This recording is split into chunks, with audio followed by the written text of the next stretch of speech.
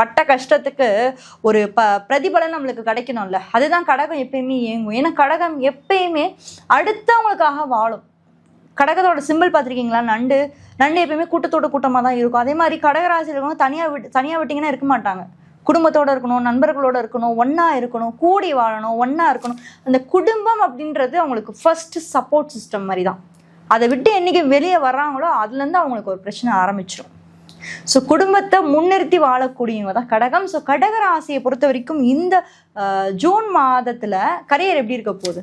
கரியரை பொறுத்த வரைக்கும் நம்ம பார்த்தோம்னா ராசிக்கு 10ல் போய் செவ்வாய் உட்காந்துருக்காருங்க. ஸோ ராசிக்கு 10ல் செவ்வாய் உட்காந்தாலே, அதுவும் செவ்வாய் மாதிரி ஒரு தைரிய வீரியத்துக்கு உண்டான ஒரு கிரகம் செவ்வாயே போய் 10ல் உட்காரும்போது இனி உங்களை யாரும் புறம் பேச முடியாது.